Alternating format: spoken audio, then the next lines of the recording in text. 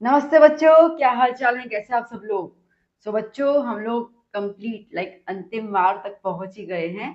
And अब last session that is part 3। मैंने आपको पार्ट 1 पार्ट 2 में ऑलमोस्ट सेक्शंस, मतलब मैंने तो इस बार खैर सारे के सारे कंप्राइज्ड सेक्शंस कवर किए थे, BCD।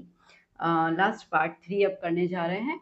मैं उम्मीद करती हूँ आपने पार्ट 1 और पार्ट 2 देखा होगा, लर्न किया होगा। काफी इंपॉर्टेंट क्वेश्चंस थे उसके अंदर। एंड अब पार्ट 3 करेंगे। सेक्शन ए भी मैंने आपको आज एक मॉर्निंग में वीडियो दिया और एक पहले वीडियो दिया हुआ था। तो सेक्शन ए भी उसके अंदर मैंने कंप्लीट भरपूर क्वेश्चन दिए, जिसमें से मतलब कोई भी क्वेश्चन छूटे ना। ठीक है, मैंने इस तरीके से दिए कि कोई भी क्वेश्चन मुझे नहीं लगता कि उसके बाद छूटना चाहिए आपका, क्योंकि ऑलमोस्ट सब टाइप के क्वेश्चन मैंने आपको उसके अंदर दे दिए।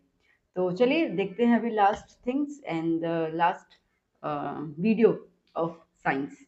तो मैं उम्मीद करती हूँ कि आपकी प्रिपरेशन अच्छी हो चुकी होगी और मेरे वीडियोस आपको हेल्प कर रहे होंगे। ज़रूर बताइएगा कि मेरे वीडियोस आपको हेल्प मिल रही है, क्या है, थोड़ा फीडबैक आप दीजिए मुझे तो मुझे पता चले। तो चलिए शुरू करते हैं। सो पार्ट 3 का first question that is what is ozone. Okay, ozone क्या होता है and how is it form. What is an ozone, how is it form, कैसे बनता है, and how it affect any ecosystem, कैसे अफेक्ट करता है। ठीक है, तो बेसिकली बेटा जी, ओजोन जो है उसको हम कहते हैं O3 मॉलिक्यूल। ठीक है, जो बेसिकली 3 एटम ऑफ ऑक्सीजन से मिलके बनता है। O3 जो है वो बेसिकली अपर एटमॉस्फेयर की लेयर में बनाता है, जो हमारी लाइफ के लिए बहुत ज़्यादा, हमारे प्लेनेट की लाइफ के लिए बहुत ज़्यादा ज़रूरी है। ये बेसिकली क्या करता है ना, ये शील्ड मतलब कि प्रोटेक्शन। ठीक है, हमारे अर्थ के सरफेस के ऊपर ये प्रोटेक्शन का काम करता है। वो हमें बचाता है यूवी रेस से, अल्ट्रावायलेट रेस से, जो सन से आती हैं।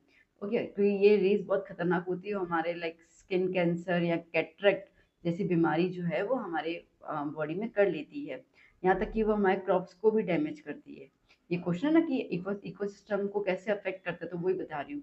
ठीक है, तो ये इस तरीके से उसको हार्म करता है। ठीक है, हाउ इज इट फॉर्म्ड का आंसर नीचे है। अब बेसिकली ओजोन जो है वो is nothing but the product of the UV rays. ठीक है, मतलब ये कैसा है ना, ठीक है, जिस थाली में खा रहा है उसमें छेद कर रहा है, इसका मतलब कि यूवी रेस ही ओजोन को बना रहा है और वो ओजोन ही यूवी रेस को एंटर नहीं होने दे रहा है। ठीक है, हमारे लिए तो अच्छी बात है, नो डाउट। बट अगर हम लोग यूवी रेस के नजरिए से देखें तो बात तो ऐसी हुई ना, वो बोलेगा साला बनाया तो तेरे को मैंने, O3 बना मैं रहा हूँ, तो मेरे को ही नहीं एंट्री दे रहा है अर्थ में जाने की, है ना। तो ऐसा है। ठीक है, तो क्या होता है ना बेसिकली कि जो O2 पार्टिकल होता है, ऑक्सीजन, उसको यूवी रेज जो है वो तोड़ लेता है O और O के अंदर। ठीक है, फिर ये एक O जो है वो दूसरे O2 के साथ मिल जाता है और क्या बन जाता है, ओजोन। ठीक है, तो इस तरीके से ओजोन का फॉर्मेशन होता है। ठीक है, next, draw a diagram of the domestic electric circuit, discuss its features of wiring and write the advantages of parallel circuits in the domestic wiring। ठीक है, अच्छा खासा क्वेश्चन बना। ये टूट टूट के भी आ सकता है, ये कम्प्लीटली भी आ सकता है। तो अब बेसिकली बात करते हैं हम लोग यहाँ पर। तो जो हमारे अप्लायंसेस होते हैं वो हमें पैरेलल कनेक्शन में कनेक्टेड होते हैं। ठीक है, तो यहाँ पे क्या होता है ना कि हम, जो हमारे पास जो करंट आता है, द मेन सप्लाई हमारा होता है 220 वोल्ट का। ये वोल्टेज जो है इसके साथ दो वायर्स कनेक्ट होती है। देखो मैंने बहुत सिंपल आंसर दिया हुआ है, ऐसा आंसर आपको शायद कहीं मिले। मैंने बहुत सिंप्लीफाई किया हुआ है, मतलब एक जैसे एक नॉर्मल लैंग्वेज में आप बोल पाओ ना, मैंने वैसा आपको आंसर दिया हुआ है। तो क्या बोल रहा है कि ये जो वोल्टेज है ये आपको दो वायर्स के थ्रू मिलता है। एक आता है लाइव वायर जो रेड कलर की होती है और एक आता है न्यूट्रल वायर जो ब्लैक कलर का होता है। ठीक है, जो हमारे घरों में मीटर बोर्ड होता है, ये वायर जो है वो उनसे निकलती है, उस इलेक्ट्रिक मीटर से निकलती है थ्रू द मेन फ्यूज। ठीक है, आइए देखते हैं थोड़ा सा। ओके, देख पा रहे हो, ये रही लाइव वायर और ये रही न्यूट्रल वायर। ये हो गया हमारा इलेक्ट्रिसिटी का फ्यूज। उसे बोला ना फ्यूज में से निकलती है और मीटर में आती है। देखो मीटर में आई, ये दोनों मीटर में आई। ठीक है, ओके, ऐसे करोगे ना फिगर भी इजीली आपको दिमाग में बैठ जाएगा। फिर आगे क्या बोल रहे हैं, अब ये जो डिस्ट्रीब्यूशन बोर्ड है, अच्छा सॉरी, ये जो डिस्ट्रीब्यूशन बोर्ड है, ये डिस्ट्रीब्यूशन बोर्ड जो है वो इलेक्ट्रिसिटी सप्लाई करता है to the separate circuits within the house. ठीक है, अब आप देखो, ये रहा डिस्ट्रीब्यूशन बॉक्स, है ना, और ये अभी अलग अलग अलग अलग सेपरेट सर्किट में वो करंट को पास कर रहा है, ठीक है ना। बेसिकली हमारे पास दो टाइप के सर्किट होते हैं, एक आता है 15 एम्पियर का सर्किट और एक आता है 5 एम्पियर का सर्किट। जो 15 एम्पियर होता है ना, उसमें जो हाईली करंट को कंज्यूम करने वाले जो अप्लायंसेस होते हैं, एसी हो गया, रेफ्रिजरेटर हो गया, ओवन हो जाता है, ठीक है, ये सारे जो होते हैं, एयर कूलर्स आते हैं, गीजर आते हैं, ये सारे जो होते हैं 15 एम्पियर के साथ जुड़े होते हैं। और जैसे ट्यूबलाइट्स हैं, फैन है, ठीक है, मिक्सर ग्राइंडर है, ये सारी जिनकी वायर पतली पतली होती है ना, वो सारे 5 एम्पियर के होते हैं और वो उनके साथ जुड़ जाते हैं। तो हमारे घरों में दो टाइप के सर्किट्स बनते हैं। एक्चुअली तो पुराना है, उनको अपडेट कर देना चाहिए। अभी तो 20 एम्पियर और 16 एम्पियर भी आ गया है, ठीक है, तो ये तो अपडेट कर लेना चाहिए था, बट ठीक है, बुक है जो चला रही है अपने करवा रहे हैं, और तो क्या ही है। अब उसके बाद एक अर्थ वायर भी होती है जो ग्रीन इंसुलेशन में होती है। और देखो, देखिए, अब देखो ये ग्रीन इंसुलेशन वाली वायर, ठीक है, सीधा जाती है सर्किट्स जो है ना, ठीक है, उनके साथ कनेक्ट हो जाती है। ये मीटर बोर्ड से नहीं जाती, ठीक है, मीटर बोर्ड से नहीं, डायरेक्टली सर्किट्स के साथ जाती है। तो earth wire is usually connected to a metal plate. बिल्कुल अर्थ के डीप में वो प्लेट रखी जाती है, ठीक है। अगर एक्सिस ऑफ करंट आता है ना, तो वो करंट उसके अंदर वो प्लेट एब्जॉर्ब कर लेती है और हमें शॉर्ट सर्किट नहीं होता है, ठीक है, अप्लायंसेस खराब नहीं होते हैं। ये एक सेफ्टी मेजर होता है, स्पेशली इलेक्ट्रिक प्रेस, टोस्टर, ये सब जो अप्लायंसेस होते हैं उसके लिए। In each separate circuit, different appliances can be connected across the live and neutral wires. ठीक है, और हर एक अप्लायंस का एक सेपरेट स्विच होता है ना। देखो वॉशिंग मशीन का स्विच अलग होगा, मिक्सर ग्राइंडर का अलग होगा, फैन का अलग होगा, लाइट का अलग होगा, है ना। तो हर एक सर्किट का अलग अलग, लाइक हर एक अप्लायंस का अलग अलग जो है वो स्विच होता है। ये सारे के सारे जो है वो कनेक्टेड होते हैं पैरेलल एक दूसरे से, जिनमें डिफरेंस कितना होता है, पोटेंशियल डिफरेंस कितना होता है, 220 का डिफरेंस जो है वो ऑपरेट किया जाता है। And they are operated independently. सीधी सी बात है, अगर मुझे अभी लाइट की जरूरत नहीं, फैन की है, तो मैं फैन ऑन रखूंगी, लाइट को मैं बंद कर सकती हूँ, ठीक है। मुझे कंपल्सरी नहीं कि लाइट के साथ फैन या फैन के साथ लाइट ऑन करना ही है। The use of electric fuse, अब इसके अंदर इलेक्ट्रिक फ्यूज भी होता है। ये इलेक्ट्रिक फ्यूज जो है ना, वो इलेक्ट्रिक सर्किट को और उसके अप्लायंसेस को बचाता है by stopping the high electric current voltage, ठीक है। और तो फिर जो जूल हीट होता है, मतलब इसके अंदर जो हीट होता है, ये फ्यूज को मेल्ट कर लेता है और सर्किट को ब्रेक डाउन कर लेता है, ठीक है, डन, क्लियर। अब बात कर लेते हैं एडवांटेजेस।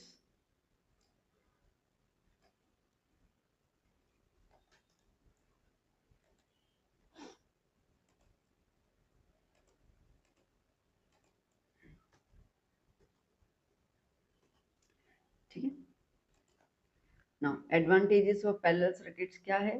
हालांकि ऑलमोस्ट तो ऊपर अपन ने कवर अप कर ही लिया स्टेटमेंट्स में, बट थोड़ा सा अच्छे से फ्रेम कर लेते हैं। पैरेलल सर्किट के अंदर जो टोटल करंट है वो डिवाइड हो जाता है through the electrical gadgets, and total resistance जो है वो भी क्या हो जाता है, डिक्रीज हो जाता है।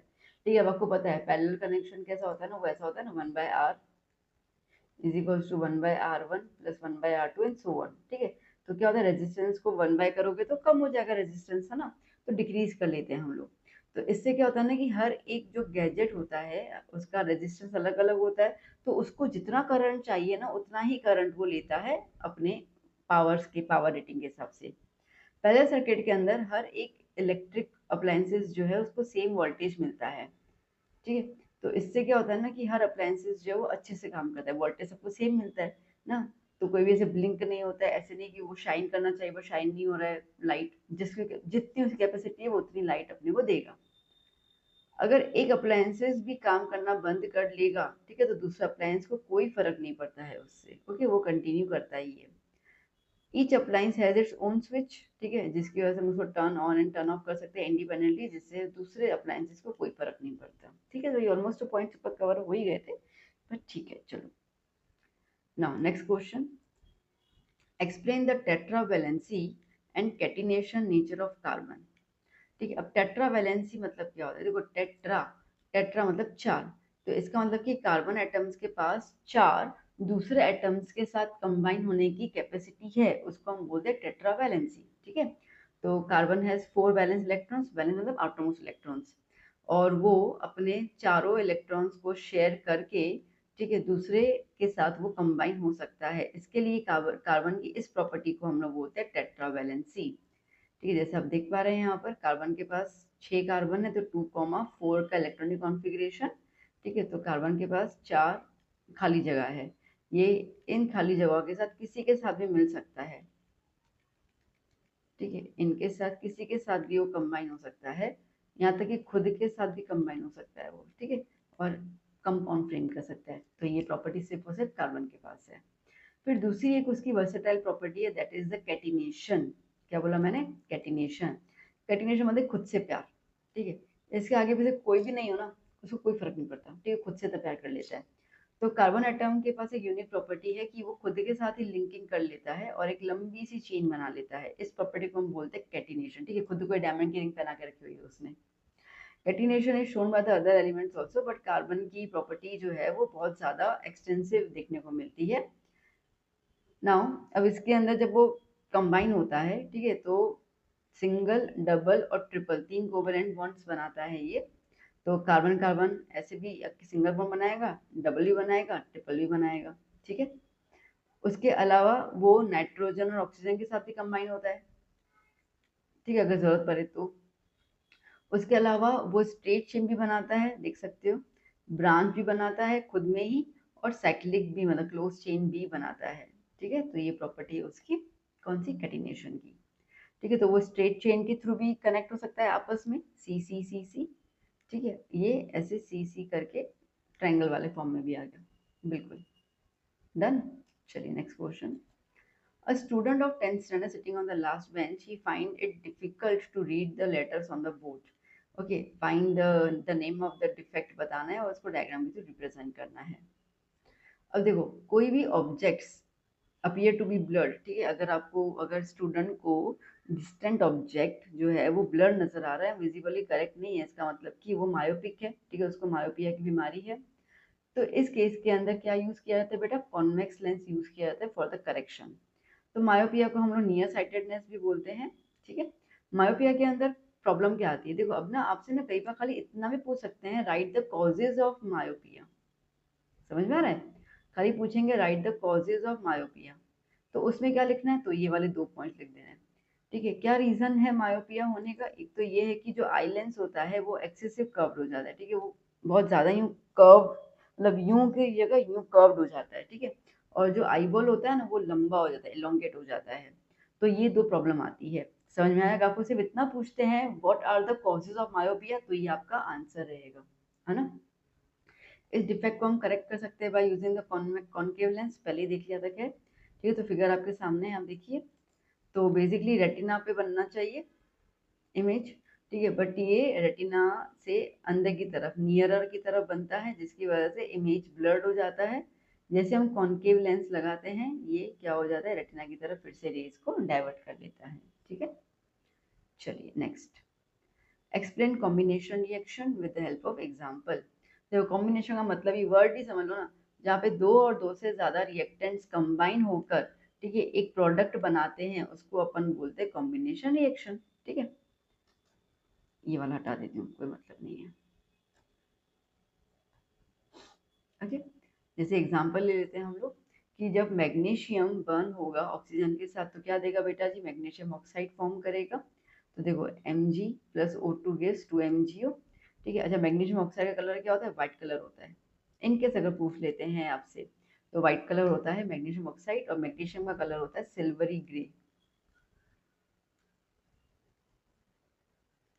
ठीक है, ओके। फिर कार्बन कार्बन बर्न होगा, कार्बन डाइऑक्साइड मिलेगा अपने को, ठीक है, तो ये भी आ गया इसके अंदर। नेक्स्ट, डिस्प्लेसमेंट रिएक्शन क्या है?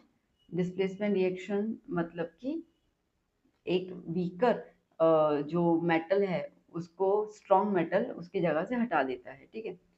So when a salt solution of less reactive metal, जब वो मोर रिएक्टिव मेटल के साथ रिएक्ट करता है, तो मोर रिएक्टिव मेटल जो है वो उसको उसकी जगह से हटा देता है, हट भी जाए यहाँ से, ठीक है, और एक नया सॉल्ट बन जाता है। This is called the displacement reaction, है ना। तो अब क्या बोल रहे हैं? When an iron nail is dipped, जब आयरन नेल जो है वो डिप्ड होता है कॉपर सल्फेट सॉल्यूशन के अंदर, ओके, तो कॉपर सल्फेट सॉल्यूशन का कलर कैसा होता है बेटा जी? ब्लू कलर होता है। और जब वो उसको हटा देता है, आयरन उसको हटा देता है कॉपर को, तो कैसे पता चलता है? क्योंकि सॉल्यूशन का कलर किस में हो जाता है? ग्रीन कलर में कन्वर्ट हो जाता है, ठीक है, बिकॉज ऑफ द आयरन, तो light green colour.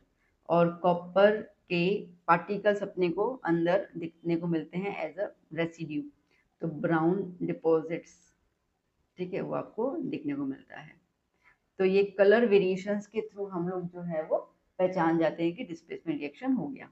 Okay, next, what is an amphoteric oxide? Amphoteric oxide क्या होता है, उसके दो एग्जाम्पल बताओ और साथ साथ ही उसका रिएक्शन एसिड और बेस के साथ बताओ। ठीक है, अब देखो वो मेटल ऑक्साइड्स जो एसिड और बेस दोनों प्रॉपर्टी शो करता है उसको हम बोलते हैं एम्फोटेरिक ऑक्साइड। ठीक है, अब इसमें आता है एल्यूमिनियम ऑक्साइड और जिंक ऑक्साइड, ये दो एग्जाम्पल हैं। जैसे कि मैंने भी एल्यूमिनियम का एग्जाम्पल लिया है, एक ही कर लो कोई दिक्कत नहीं है। ठीक है, अब आप देखो एल्यूमिनियम के लिए, एल्यूमिनियम ऑक्साइड HCl के साथ रिएक्ट कर रहे हैं। अब ये एसिड हुआ ना, तो ये कैसा बिहेव करेगा, बेस की तरह बिहेव करेगा। ठीक है, और क्या बन गया, Cl जो है वो यहाँ पे आ गया और H2O निकल गया। ठीक है, ये बन गया सॉल्ट AlCl3। सिमिलरली यहाँ पे Al2O3 बेस के साथ भी रिएक्ट कर रहा है, NaOH इज व्हाट, बेस।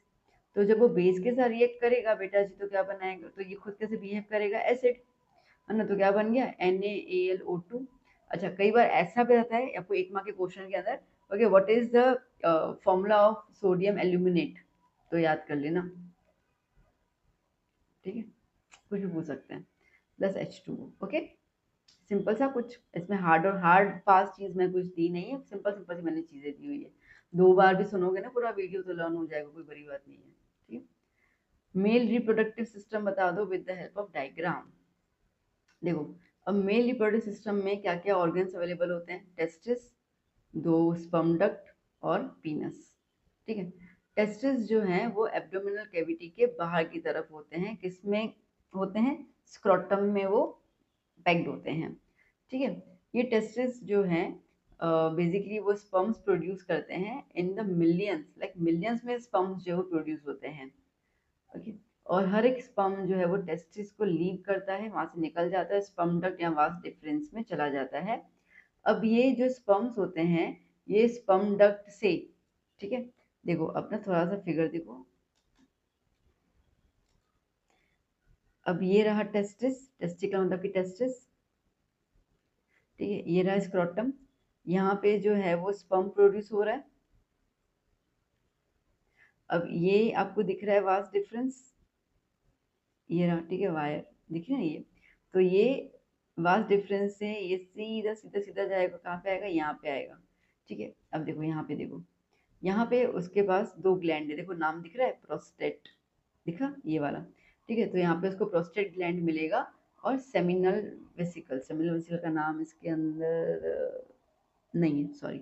ठीक है, सेमिनल वेसिकल, और वो दोनों जो है ना वो उसके अंदर एक लिक्विड देंगे ताकि वो फ्लो कर पाए। ठीक है, जैसे एक तरीके का मछली को पानी चाहिए फ्लो करने के लिए, स्पर्म को वो सीमेंट चाहिए होता है फ्लो करने के लिए, जो सेमिनल वेसिकल देता है। तो वो डक्स में वो जाएगा सो दैट लिक्विड मीडियम कर ले और वो स्पर्म को इजीली ट्रांसपोर्ट कर ले। तो सेमिनल वेसिकल उसको फ्लो करने के लिए लिक्विड देता है और प्रोस्टेट ग्लैंड उसको जिंदा रखने के लिए न्यूट्रिशन देता है। ठीक है, और जो ये दोनों का मिक्सचर होता है इसको अपन क्या बोलते हैं बेटा, सीमेन। अब ये जो है वो स्विम करते करते करते करते यूं घूमते घूमते घूमते कहाँ गया, पीनस की तरफ आ गया। ठीक है, पीनस is a muscular and highly erectile tissue, और ये फीमेल की वजाइना में जाकर स्पर्म को इंट्रोड्यूस कर लेता है। ठीक है, now explain the process of electro refining of copper. अब इलेक्ट्रो रिफाइनिंग कॉपर बोले, यहाँ सिर्फ मेटल बोले, कोई भी एक ही बात है, आंसर सेम ही लिख के आना। ठीक है, no, the electro refining of copper is done by using the apparatus। ठीक है, अब यहाँ पे ये सेटअप बहुत सिंपल है। ठीक है, देखो ये सेटअप में, देखो ये सेटअप में ना हम लोग जिस कॉपर को हमें जिस मेटल को हमें प्योर करना है, इम्प्योर, वो कहाँ पे रखेंगे, एनोड की तरफ। ठीक है, और एक पतली सी प्योर स्ट्रिप ऑलरेडी ले लेंगे और उसको अपन कहाँ पे रखेंगे, कैथोड की तरफ। ठीक है, जिस भी मेटल को आपको प्योरीफाई करना है, ये जो सॉल्यूशन है वो उसी मेटल का लोगे, कॉपर है तो कॉपर सल्फेट ले लिया। ठीक है, अगर इसी जगह आपको Ag बोल रहे हैं तो आप क्या लोगे, Ag सल्फेट ले लेना। ठीक है, या तो फिर AgCl3 ले लेना, जो भी है वो Ag का ही कोई ना कोई एक सॉल्यूशन वहां पे ले लोगे। ठीक है, अब हम करंट पास करेंगे, when the current is passed through the electrolyte, the pure copper contained from the anode dissolves into the electrolyte and the same amount of copper is deposited on the cathode. ठीक है, अब क्या होगा ना कि ये जो कॉपर है प्योर वाला, ये धीरे धीरे यहाँ पे डिजोल्व होना शुरू हो जाएगा। जितना यहाँ पे डिजोल्व हो रहा है उतना ही यहाँ से इसके पास कॉपर जो है वो डिपॉजिट होना स्टार्ट हो जाएगा। ठीक है, तो अब धीरे धीरे देखोगे कि थिकनेस जो है वो कैथोड की क्या होती जा रही है, इंक्रीज होती जा रही है। और जो भी गंदगी होगी इम्प्योरिटी में वो नीचे की तरफ कलेक्ट हो जाएगी, जिसको हम बोलते हैं एनोड मड। कहाँ गया, ठीक है, एनोड मड में the insoluble impurity settle down electrolytically नीचे की तरफ आ जाते हैं। अब इसमें है ना आपके पास दो चीज़ें बहुत इंपॉर्टेंट है। पहला चीज़ तो ये डायग्राम इंपॉर्टेंट करके ही जाना है, ड्रॉ ही करना है। और दूसरा ये रिएक्शन, ये आपने ये रिएक्शन लिख दिया ना कैथोड पे एनोड पे, तो आपको ये वाले जो पूरी स्टेटमेंट जो हमने अभी डिस्कस किया ना कोई देखेगा भी नहीं। ठीक है, वो देख लेगा भाई हाँ चलो लिखा है स्टेटमेंट, सीधा आपका इन दोनों पे पता चल जाएगा बच्चे को दिमाग है कि नहीं है। ठीक है, तो कैथोड पे क्या हो रहा है, कैथोड की तरफ Cu+2, ठीक है, Cu+2 अपने 2 इलेक्ट्रॉन्स छोड़ रहा है और Cu की तरफ रिड्यूस हो जा रहा है। वहीं पे एनोड वाला जो है ये वाला पोर्शन, ठीक है, वो 2 इलेक्ट्रॉन्स ले रहा है और Cu+2, सॉरी मैं गलत बोल दिया, रुको मैं दोबारा बोलती हूँ, ध्यान नहीं दिया मेरा। मैंने क्या बोला कि जैसे कैथोड है तो कैथोड के पास Cu+2 है, ठीक है, तो वो 2 इलेक्ट्रॉन्स इस इलेक्ट्रोलाइट में से, ये इलेक्ट्रोलाइट में से 2 इलेक्ट्रॉन ले लेगा और क्या कन्वर्ट कर लेगा Cu में। ठीक है, और एनोड की तरफ जो Cu है वो 2 इलेक्ट्रॉन इसमें दे देगा और खुद को किसमें कन्वर्ट कर लेगा, Cu+2 के अंदर। ठीक है, तो बेसिकली ये 2 इलेक्ट्रॉन जो एनोड दे रहा है वही कैथोड के पास जाता है। ठीक है, तो इस तरह रिएक्शन होता है। तो यहाँ पे होता है ऑक्सीडेशन और वहाँ पे होता है reduction. Okay, next, what is ionic compound, explain the preparation of sodium chloride, also write the 4 properties of ionic compounds। देखो ionic compounds क्या होते हैं, तो ionic compounds जो होते हैं they are defined as a compound formed by oppositely charged ions which attract each other to form the chemical bond। ठीक है, तो opposite charged ions जो है वो एक दूसरे की तरफ अट्रैक्ट होते हैं, केमिकल बॉन्ड फॉर्म करते हैं, उसको अपन बोलते हैं आयोनिक कंपाउंड। ठीक है, तो एग्जाम्पल है NaCl का। देखो ये लिटरली ऐसे लिख के आना है जब आपको क्वेश्चन आता है। तो सोडियम मेटल जो है वो कंबाइन होगा क्लोरीन के साथ और एक आयोनिक कंपाउंड बनाएगा। ठीक है, जैसे सोडियम है Na का क्या है Z, Na का एटॉमिक नंबर क्या है 11, तो कॉन्फ़िगरेशन क्या होगा 281, और Cl का एटॉमिक नंबर क्या है 17, तो क्या हो गया 287। अब आपको पता है कि इसके पास एक इलेक्ट्रॉन एक्स्ट्रा है तो ये बन जाएगा Na+, और इसके पास एक इलेक्ट्रॉन कम ही है उसकी, तो वो बन जाएगा माइनस, वो एक इलेक्ट्रॉन इससे यहाँ पे ले लेगा। ठीक है, सो मैंने वही बताया कि वो कैटायन बन जाएगा एक इलेक्ट्रॉन देकर और ये एनायन बन जाएगा एक इलेक्ट्रॉन लेकर। ठीक है, अब ड्यूरिंग द कॉम्बिनेशन, अब ये जब इलेक्ट्रॉन की अदला बदली करते हैं तो दोस्ती तो हो गई, अब एक दूसरे से दूर तो जा नहीं सकते। ठीक है, तो जब वो दोनों दूर जाने देते तो ये दोनों एक दूसरे के साथ ही जुड़ जाते हैं एक इलेक्ट्रोस्टैटिक फोर्स ऑफ अट्रैक्शन में और एक कंपाउंड बना देते हैं। तो देखो Na के पास एक इलेक्ट्रॉन एक्स्ट्रा है, Cl के पास नहीं है। ठीक है, तो ये Na ने अपना एक इलेक्ट्रॉन यहाँ पे दे दिया तो इसके पास पॉजिटिव चार्ज आ गया, इसके पास नेगेटिव चार्ज आ गया, है ना। तो पॉजिटिव नेगेटिव गिव्स Na+Cl, मतलब NaCl, इसको हम बोलते हैं आयोनिक कंपाउंड और आयोनिक बॉन्ड। ठीक है, प्रॉपर्टीज क्या होते हैं बेटा इसके, they are highly highly highly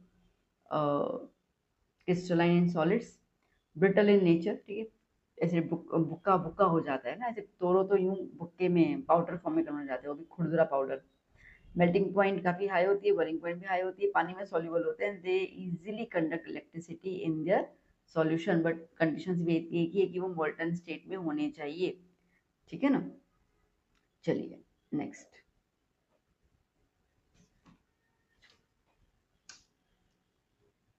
now define electric current, write its equation and also define its unit। electric current is what, it is a flow of electric charge, it is a flow of electric charge in conductor in unit time। ठीक है, तो उसको हम बोलते हैं electric current. अब unit time, तो electric current I is equals to Q upon T। Okay, that is electric charge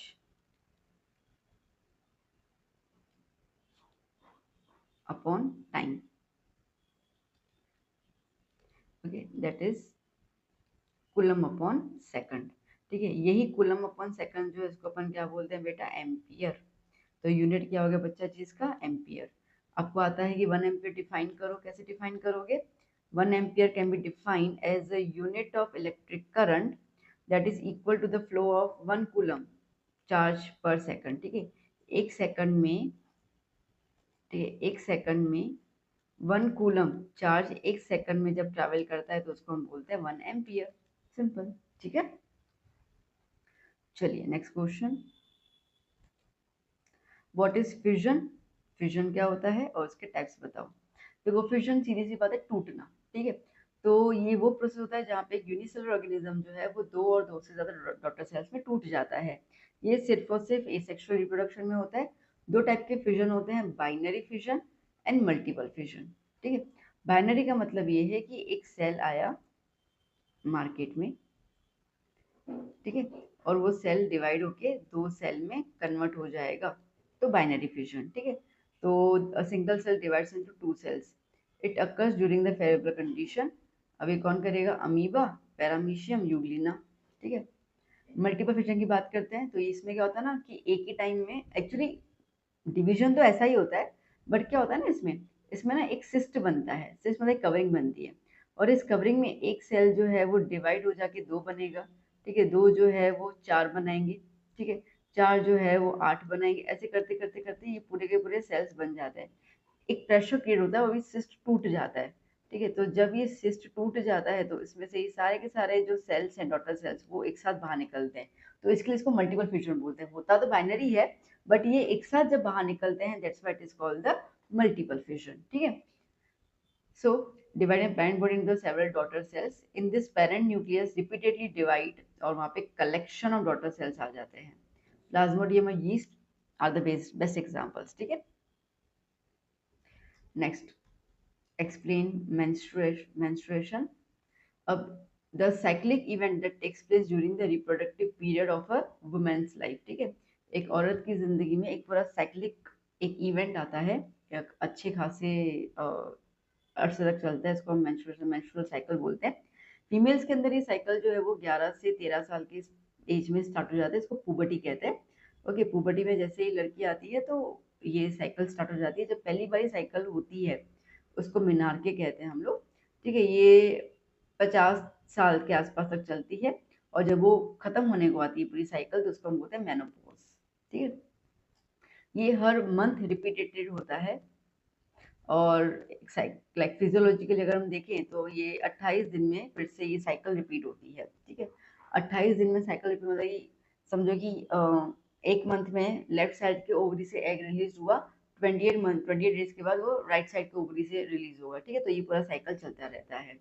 ये तब तक चलते हैं जब तक सारे सारे ओवरीज सारे सारे ओवा एग खत्म नहीं हो जाते, और जब खत्म होते हैं उसको मेनोपॉज बोलते हैं, और जब पहला एग रिलीज होता है उसको मिनार्के बोलते हैं। ठीक है, तो the beginning of menstrual cycle marks as the onset of puberty. ठीक है, जब ये होता है तभी लड़की के अंदर चेंजेस आते हैं। ठीक है, फिगर जो है वो फेमिनाइन, लाइक फेमाइन फिगर जैसा बनता है, लड़की जैसा फिगर बनता है, आवाज, स्किन वगैरह। ठीक है, सब चीजें जो भी कैरेक्टरिस्टिक्स है वो डेवलप हो जाते हैं। जब एक मैच्योर ओवम रिलीज होता है, इसको ओव्यूलेशन बोलते हैं, from one ovary every month it undergoes a fertilization. Fertilization का मतलब है कि उसको स्पर्म अगर मिल जाता है, तो अगर उस दौरान स्पर्म मिल जाता है, ठीक है, तो यूटेरस के अंदर बदलाव आएगा। वो एग को नरिश करने के लिए सारे के सारे प्रबंध कर लेगा, सेल्स को थिक कर लेगा, ये कर लेगा, स्पॉन्जी कर लेगा, ताकि एग जो है वहाँ पे आए और वहाँ पे धीरे धीरे धीरे धीरे बच्चे के अंदर डेवलप हो। ठीक है, तो if the ovum is fertilized इसका मतलब क्या हो गया, प्रेगनेंसी। बट अगर ये ओवम फर्टिलाइज नहीं होता है, मतलब जब इसको स्पर्म नहीं मिलता है, तब जो थिक लाइनिंग होती है यूटेरस की, और जो ब्लड सेल्स जिन्होंने पूरी तैयारी की थी वो सब टूट जाते, बिखर जाते हैं, और ये बॉडी से बाहर निकल जाते हैं थ्रू ब्लड। ठीक है, ये जो ब्लीडिंग होती है इसी को अपन क्या बोलते हैं, मेंस्ट्रुएशन। Done, clear. चलिए next question, obtain Joule's law of heating कैसे आया था। देखो, एक मेटेलिक कंडक्टर या resistance wire offers resistance to the flow of current. ठीक है, अगर एक कंडक्टर है या एक वायर है, वो करंट को रेजिस्ट करेगी, रोकेगी, भाई नहीं फ्लो करना है, नहीं फ्लो करना है, उसके लिए कुछ ना कुछ तो काम करना पड़ेगा उस सोर्स को। ठीक है, अब करंट फ्लो भी हो रहा है और उसको रोक भी रही है, ठीक है। तो इसमें क्या होता है ना, जैसे एग्जांपल कंसिडर करना है कि करंट आई जो है वो फ्लो हो रहा है, करंट आई, ठीक है, वो फ्लो हो रहा है रजिस्टर से, ये रजिस्टर से फ्लो हो रहा है, ठीक है, with the voltage V, no doubt. अब be let time t interval during which a charge q flows through the resistor conductor, ठीक है। अब कुछ इलेक्ट्रॉन्स जो है फ्लो कर रहे हैं यहाँ पे, तो यहाँ पे जो वर्क डन हो रहा है, द वर्क डन, तो वर्क डन कितना हो रहा है, हमने क्या बोला यहाँ पर कि पोटेंशियल डिफरेंस और नंबर ऑफ चार्ज पे डिपेंड करता है। तो वर्क डन क्या हो गया, W is equals to V into Q, ठीक है। और हमें I तो पता ही है, I क्या होता है, Q अपॉन T, ठीक है। तो देखो यहाँ पर, देखो, तो W is equals to V into Q, ठीक है, V। अब I is equals to Q upon T, T को यहाँ पे ले लो, तो I into T is equals to Q, तो यहाँ पे IT लिख दिया मैंने, ठीक है। तो क्या बन गया, VIT। अब V की जगह पर मैं I इंटू आर लिख दूँ according to the Ohm's law, तो I दो बार आया तो क्या बन गया, I स्क्वायर आर टी। ये I स्क्वायर आर टी जो इक्वेशन बनी हमारी, ठीक है, इतना काम हुआ, ओके। और इस जितना काम हुआ उतनी हीट जनरेट हुई, तो W की जगह हम H भी लिख सकते हैं, तो H is equal to I square R T, और इसी को अपन क्या बोलते हैं बेटा, जूल्स लॉ ऑफ हीटिंग, ठीक है। ध्यान देना, अगर आपसे पूछते हैं कि on what factor Joule's law of heating depend, repeat repeat question repeat, on what factors Joule's law of heating depend, तो it depends on the square of current, it depends on the resistance of conductor, it depends on the time of current flows, ठीक है। चलिए next, electric fuse क्या होता है, तो भैया electric fuse जो है वो डिवाइस होता है जो करंट को लिमिट करता है, ठीक है, सर्किट में फ्लो करने का देखता है, ये एक सेफ गार्ड की तरह यूज करते हैं, आगे हमने देखा तो ऑलमोस्ट वही है, ठीक है। ये बनता है लिड और टिन से, इसका मेल्टिंग पॉइंट बहुत लो होता है, तो थोड़ा सा भी करंट ज्यादा होता है तो वो मेल्ट हो जाता है और सर्किट को ब्रेक कर देता है, ठीक है। फ्यूज की थिकनेस और लेंथ जो है वो डिपेंड करता है कि कितना सर्किट उसमें से अलाउ करना है, मतलब उस सर्किट में से कितना करंट अलाउ करना है वो। आज अगर रेफ्रिजरेटर ये होगा तो मेल्टिंग पॉइंट के मतलब थोड़ा मोटा रखेंगे ना फ्यूज वायर, ठीक है, इतना पतला पे तो नहीं रखेंगे, ये हमेशा सीरीज में ही कनेक्ट होता है, ठीक है। And when the current exceed, जब करंट ज़्यादा हो जाता है तो वो फ्लक्चुएट करेगा या शॉर्ट सर्किट होगा, तो जो फ्यूज होता है वो हीट होकर मेल्ट हो जाता है और कनेक्शन को तोड़ देता है, जिसकी वजह से आगे करंट फ्लो नहीं होता है और हमारे अप्लायंसेस जो है वो डैमेज होने से बच जाते हैं, ठीक है।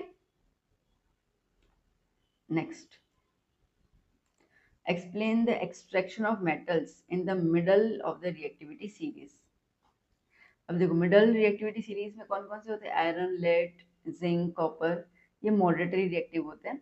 अब ना ये हमको जमीन के अंदर से प्राप्त होते हैं दो तरीके से, एक सल्फाइड के तरीके से प्राप्त होते हैं और एक कार्बोनेट के तरीके से प्राप्त होते हैं, ठीक है। अब ना मेटल को मेटल ऑक्साइड में से निकालना बहुत आसान होता है, जल्दी निकल जाता है, बट उसके पहले हमें सल्फाइड और कार्बोनेट को हटा के मेटल ऑक्साइड में कन्वर्ट करना होता है।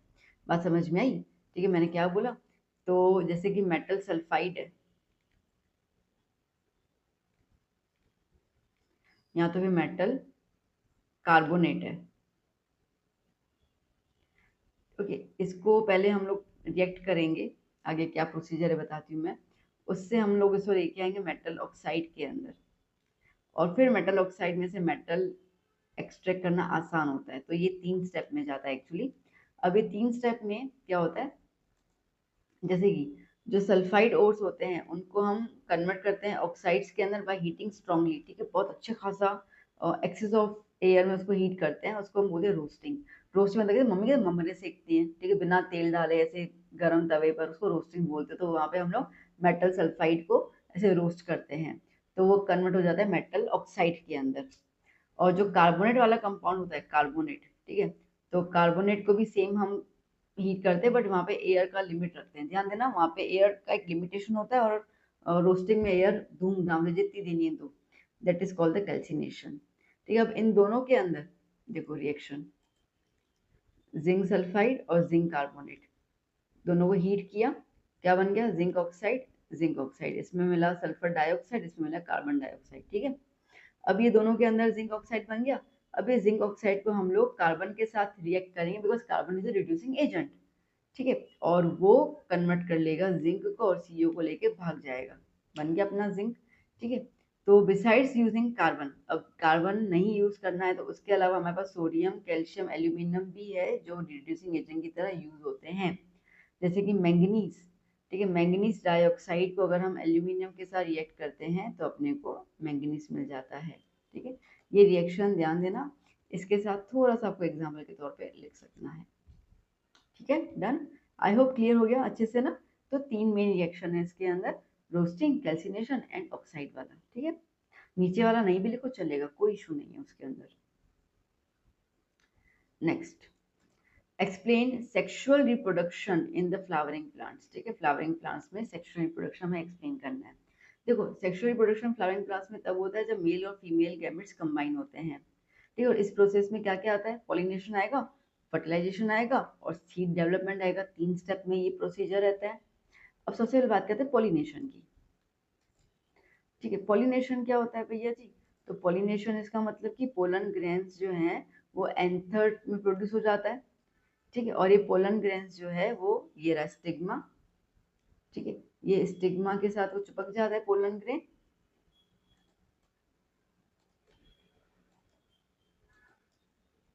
ठीक है। ये स्टिग्मा के साथ पोलन ग्रेन चिपक जाता है बाय द विंड, एयर, ना, एनिमल्स, इंसेक्ट्स, वाटर, किसी के साथ भी। और फिर धीरे धीरे पोलन ग्रेन जो है वो स्टिग्मा के, तो देखो नीचे की तरफ आ रही है, जर्म सेल दिख रहा है आपको, मेल जर्म सेल, ये पोलन ट्यूब, ये ओवरी और ये फीमेल, ठीक है।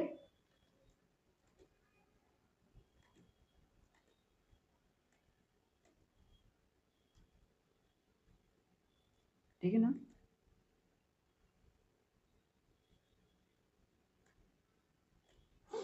ओके, सो अब क्या हो गया, सबसे पहले पॉलिनेशन, इसका मतलब पोलन ग्रेन्स जो है वो स्टिग्मा के साथ जुड़ जाएंगे, फिर आएगा फर्टिलाइजेशन। अब ये पोलन ग्रेन्स जो हैं वो धीरे धीरे क्या करेंगे, पोलन ट्यूब को ग्रो करेंगे। देखो बेटा जी, यहाँ पे पोलन ग्रेन आया, ये देखो ये अंदर से ट्यूब होता नहीं, ये धीरे धीरे ग्रो होता है, ठीक है। देखो ये ग्रो हो रहा है ना, ऐसे करके बता रहा है वो कि एक ग्रो हो चुका है और एक ग्रो हो रहा है, ठीक है, ऐसे ग्रो होता है। और उसके अंदर स्पर्म सेल्स होते हैं जो ओवरी के पास पहुंचते हैं। एक स्पर्म सेल कनेक्ट होता है सेल एक्सेल के साथ जो ज़ायगोट बनाएगा, देखो ये ओवरी और ओवरी के साथ ही फीमेल का जर्म सेल, ठीक है, इसके साथ कनेक्ट हो जाता है, ज़ायगोट बन जाता है। और जो दूसरा स्पर्म होता है, 2 आते हैं, वो कन्वर्ट होते हैं पोलर न्यूक्लियाई के साथ और क्या बना देता है, एंडोस्पर्म बना देता है। ये जो ऊपर की तरफ है ना, इसको पोलर न्यूक्लियाई बोलते हैं, ठीक है, इसके साथ जुड़ता है और वो एंडोस्पर्म बना देता है। एंडोस्पर्म इसका मतलब कि एक सेफ जगह बना देता है सीड को ग्रो और आगे डेवलप होने के लिए। दैट्स वाई हम इसको बोलते डबल फर्टिलाइजेशन, ठीक है। अब सीड डेवलप होगा, जो जाइगोट है वो डिवाइड करते करते करते एम्ब्रियो में कन्वर्ट होगा, जो ओवरी है वो फ्रूट में कन्वर्ट हो जाएगी और जो ओव्यूल है वो सीड में कन्वर्ट हो जाएगा। जो सीड है उसके अंदर एम्ब्रियो रहता है जो आगे एक नए प्लांट को ग्रो करने में हेल्प करता है। तो जो हमारे पास सीड्स आते हैं ना, ठीक है, वो सीड्स ऐसे ही आते हैं, तो उसको हम जब रखते हैं तो उस तरीके से वो नए प्लांट के अंदर ग्रो हो जाते हैं। नाउ नेक्स्ट,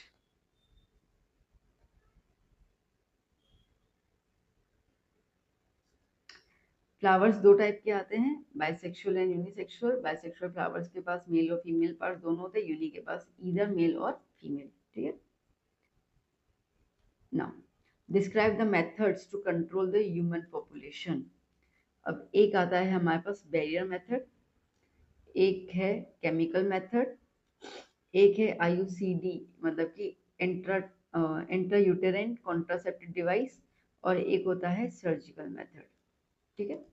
तो बेसिकली बात कर लेते हैं हम लोग यहाँ पर बैरियर मेथड। बैरियर मतलब जैसे कॉन्डोम होता है, ठीक है, डायफ्राम होता है, वो कॉन्डोम मेल के लिए होता है, डायफ्राम फीमेल के लिए होता है, तो वो स्पर्म को प्रिवेंट करते हैं ओवम की तरफ पहुंचाने में, दैट्स इट। केमिकल मेथड के अंदर स्पेसिफिक ड्रग्स आते हैं, ठीक है, जिसके अंदर स्पर्मिसाइड केमिकल होता है। स्पर्मिसाइड का मतलब होता है कि स्पर्म को मारने वाला केमिकल, ठीक है, उसको हम कॉन्ट्रासेप्टिव पिल्स के नाम से भी जानते हैं, जो फीमेल को कंज्यूम करना पड़ता है, मेल को नहीं। फिर आता है आईयूसीडी एस, ठीक है, इंट्रायूटेराइन कॉन्ट्रासेप्टिव डिवाइस। ये कॉपर टी होता है भैया, कॉपर से, ठीक, कॉपर की मदद से टी टी शेप बनाया जाता है और जो ये हमारा ओवरी होता है, ये सॉरी यूटेरस, ठीक है, उसमें डॉक्टर के थ्रू वो फिट किया जाता है और अगेन वो स्पर्म्स को प्रिवेंट करता है ओवरी से के एग से मिलने के लिए। And last is a permanent solution that is surgical, ठीक है। तो मेल और फीमेल दोनों में ये मेथड होता है। मेल के अंदर जो वास्ट डिफरेंस होता है और फीमेल के अंदर जो फेलोपियन ट्यूब होता है उसको सर्जिकली कट किया जाता है और उसको फिर टाई बांधा जाता है, ठीक है। जो मेल में होता है उसको वेसिकोटॉमी बोलते हैं, फीमेल के अंदर ट्यूबेक्टॉमी बोलते हैं। तो वो स्पर्म को आगे निकलने नहीं देगा और वहाँ पे ओवा जो है वो आएगा नहीं, ठीक है। तो यहाँ पे ब्लॉक, क्लियर, ठीक। ना next, define electric power, derive its formula, state its units. Sorry. Okay.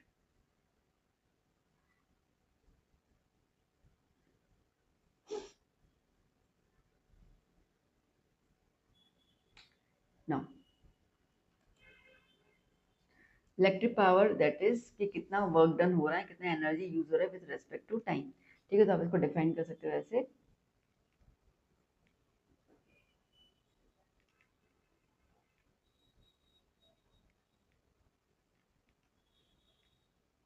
The rate of work done is called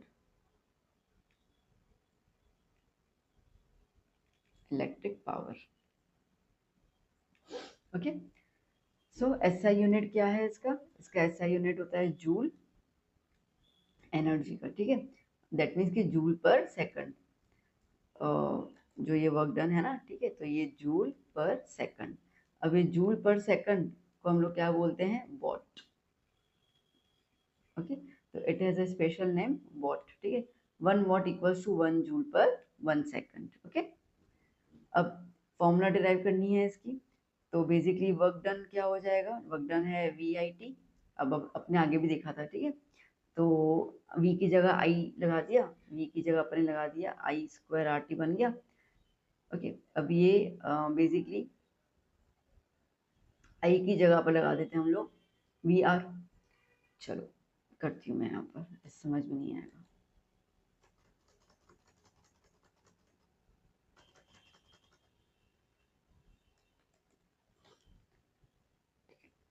work done is equals to V I T, ठीक है। तो work done is equals to क्या हो जाएगा? I R into I T, because V is equals to I R. तो W is equals to I square R T. इतना clear हुआ? अब W इज इक्वल्स टू, देखो इसको मैं V अपॉन आर भी तो लिख सकती हूँ, ठीक है। V is equals to I R, तो I की जगह V अपॉन आर लिख दिया मैंने। तो I की जगह V upon R whole square into R T. तो क्या हो गया? V square R square into R square T. R square, sorry यहाँ पे आर आएगा, आर और आर स्क्वायर कैंसिल, तो क्या हो गया? V square R into T बन गया ये, ठीक है। पावर क्या होता है? Work done upon time. तो वर्क डन की जगह वी आई, ठीक है। बेसिकली वर्क डन की जगह V I T upon T, T T cancel, क्या बचा? वी आई बचा, ठीक है। तो पावर की बहुत सारी फॉर्मूला है, तो अगर हम शॉर्ट में इसको डिफाइन कर लेते हैं,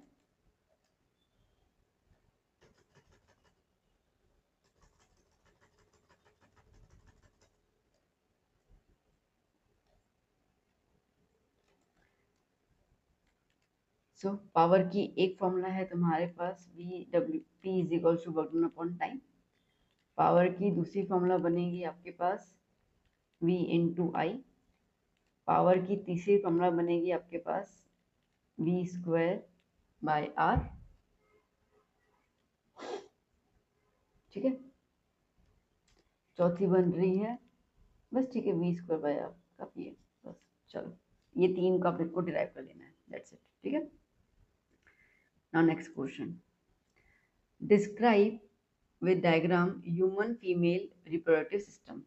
अब देखो क्या क्या होता है? Ovary, pair of oviducts, uterus, vagina और वजाइनल ओपनिंग, ठीक है। बात करते हैं एक एक करके पार्ट्स की। तो सबसे पहले बात करते हैं हम लोग ओवरी की। अब ओवरी क्या होता है? ओवरी जो होता है वो abdominal cavity of the women, ठीक है। एब्डोमिनल मतलब कमर के नीचे वाले हिस्से के अंदर की तरफ लाई करते हैं। यहाँ पर जर्म सेल्स या एक्स ओवा जो है वो प्रोड्यूस होते हैं। Ovary produces female sex hormone जैसे कि एस्ट्रोजन और प्रोजेस्टेरॉन। जब एक लड़की पैदा होती है ना तो वो ऑलरेडी थाउजेंड्स ऑफ एग्स लेके पैदा ही होती है। जैसे पुबर्टी आती है, आगे मेंस्ट्रुएशन देखा था ना, जैसे पुबर्टी आती है तो एक एक करके जो सेल है वो मैच्योर होता जाता है और बॉडी से निकलता जाता है, ठीक है, हर मंथ। फिर आता है फेलोपियन ट्यूब, ठीक है।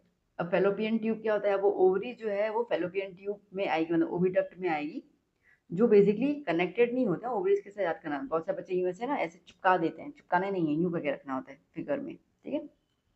अब ये एग जो है वो ओविडक्ट कैरी करेगा टू द यूटेरस बॉम, जब ये बच्चा आगे 9 महीने तक रहता है। द फर्टिलाइजेशन, ठीक है, फर्टिलाइजेशन जो है वो हमेशा किसमें होता है, ओविडक्ट में ही होता है, गलती मत करना, यूटेरस में मत लिख के आना। Fertilization always occurs in the oviduct. Fertilization मतलब मैम जहाँ पे एग और स्पर्म मिलते हैं उसको बोलते हैं फर्टिलाइजेशन, जहाँ पे पहला सेल बनता है, जाइगोट, ठीक है। अब ये दोनों ओविडक्ट्स जो हैं वो एक इलास्टिक प्लास्टिक बैग के साथ कनेक्ट हो जाते हैं, देख पा रहे हो आप, ये वाला और ये वाला, और इसको हम क्या बोलते हैं, यूटेरस, ठीक है। इम्प्लांटेशन जो होता है वो यही होता है। इम्प्लांटेशन इसका मतलब है कि आगे धीरे धीरे बच्चे का जो ग्रोथ होता है वो यही होता है, ठीक है। और इसके यहाँ पे एक पतली सी नैरो ट्यूब आती है, इसको सर्विक्स कहते हैं, ये आप देख पा रहे होंगे फिगर में, ये पतली सी नैरो ट्यूब है, ठीक है, सर्विक्स कहते हैं। यही इसी सर्विक्स सर्विक्स से जो है वो वजाइना ओपन होता है, ठीक है, and the vagina open outside through the vaginal opening. Sperm जो है वो इसी वजाइना से जो है वो फीमेल बॉडी के अंदर एंटर करते हैं ड्यू टू द इंटरकोर्स, ठीक है। Next question, explain the cleaning mechanism of soap. देखो सोप जो है वो कंपाउंड होता है जो बेसिकली सेफोनिफिकेशन प्रोसेस से बनता है, ठीक है। अब सोप के अंदर दो टाइप के एंड्स होते हैं, ठीक है, दो चीजें होती हैं। एक आता है ये सोप मॉलिक्यूल, एक आता है हाइड्रोकार्बन चेन, ये वाली हाइड्रोकार्बन चेन होती है, ठीक है, और एक आता है ये आयोनिक फॉर्म, आयोनिक हेड। ये जो हाइड्रोकार्बन चेन इसको हम बोलते हैं हाइड्रोफोबिक, मतलब ये जो चेन होती है ना हाइड्रोकार्बन की, उसको पानी से डर लगता है तो हाइड्रोफोबिक। तो इसका मतलब कि जो डरता है वो किसके पास जाएगा, डर्ट के पास जाते हैं, डरना डर्ट, जो डरता है वो डर्ट के पास जाता है, ठीक है, याद रहेगा। और डरता कौन है, हाइड्रोफोबिक, फोबिक मतलब फोबिया, ठीक है, हाइड्रोफोबिक। और जो ये हेड पोर्शन है इसको हम बोलते हैं आयोनिक हेड। ये हाइड्रोफिलिक होता है, उसको पानी से बड़ा प्यार है तो पानी के पास चला जाता है, ठीक है। तो hydrophilic and water loving, hydrophobic water hating, repulsion, ठीक है। अब ये होता कैसा है, क्लीनिंग एक्शन कैसा होता है, तो देखो बेटा जी ये ऑयल है, ऑयल मतलब डर्ट आ गया, ठीक है। तो मैंने क्या बोला, वो जो हाइड्रोफोबिक वाला पार्ट है वो इसके साथ चिपक जाएगा, तो देखो ऐसे करके वो पूरा चेन जो है वो यहाँ पे चिपक जाती है, ठीक है। और ये जो आयोनिक फॉर्म है सोडियम सॉल्ट, ठीक है, वो यहाँ पे ऊपर की तरफ पानी के साथ स्कम बना लेती है, ठीक है। तो क्या होगा, when the soap is dissolve in water to remove the dirt, hydrophilic and suspended in water, पानी में रहते हैं, और हाइड्रोफोबिक जो है वो डर्ट के साथ कनेक्ट हो जाते हैं और एक मिसल फॉर्म बनता है, झाग बन जाता है।